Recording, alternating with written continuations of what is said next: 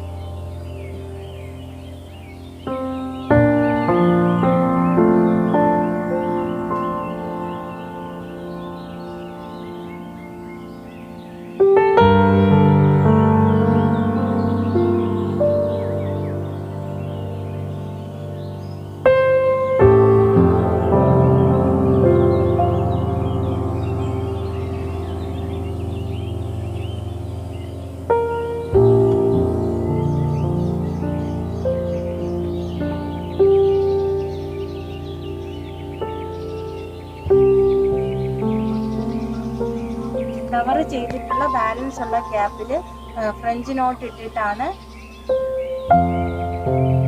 അത് ഫില്ല് ചെയ്തെടുക്കുന്നത്, അതൊന്ന് കവർ ചെയ്തെടുക്കുന്നത്.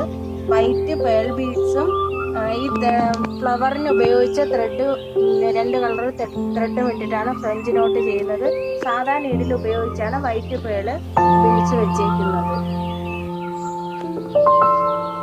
ഇനി നെക്കിന്റെ ഈ ഒരു പോർഷനിൽ പഞ്ചിങ് ബീഡ്സ് ആണ് പഞ്ച് ചെയ്ത് വെക്കുന്നത്. പഞ്ചിങ് ബീഡ്സ് ആണ് വെക്കുന്നത്. ത്രെഡ് വെച്ച് യൂസ് ചെയ്യുന്ന ബീഡ്സ് കിട്ടാത്തത് കൊണ്ടാണ് പഞ്ചിങ് ബീഡ്സ് വെക്കുന്നത്. ഇതാണ് പഞ്ചിങ് ബീഡ്സ്. ഇതിൽ ഹോള് വരില്ല ഈ ബീഡ്സിന്. ഇതാണ് അതിൽ വെക്കുന്ന പിന്ന്. ഇതാണ് ആ മെഷീനാണ്, ഈ ബീഡ്സ് വെക്കുന്ന മെഷീനാണ്. പഞ്ചിങ് ബീഡ്സ് വെച്ചിട്ടാണ് ഈ ബീഡ്സ് ചെയ്യുന്നത്. പഞ്ചിങ് ബീഡ്സ് എങ്ങനെ വെക്കുന്നത് നോക്കാം. ഇതാണ് പഞ്ചിങ് മെഷീൻ. ഇതിൻ്റെ മേൽ പോർഷനിലാണ് ബീഡ്സ് വെക്കുന്നത്. പിന്നെ ഇതുപോലത്തെ ആണിയുണ്ട്. ഇതിൻ്റെ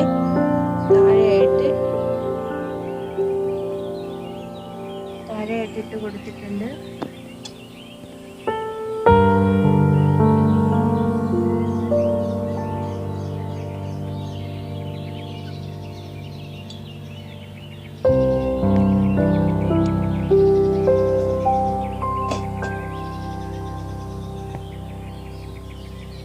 ഇതുപോലെയാണ് ഈ ബീഡ്സ് ചെയ്തെടുക്കുന്നത്.